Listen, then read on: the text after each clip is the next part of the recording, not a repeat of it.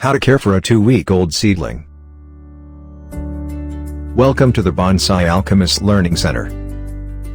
In this video, we'll explore the fascinating world of seedling propagation and focus on a 2-week-old seedling's growth journey. Seedling propagation involves growing plants from seeds. It's an essential technique for gardeners and plant enthusiasts.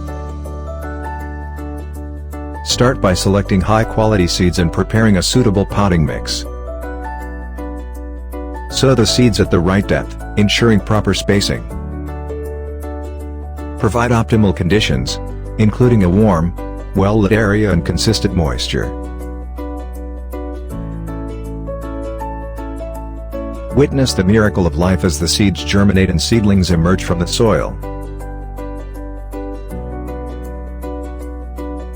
Nurture the seedlings with adequate sunlight, or grow lights, and maintain the right moisture levels.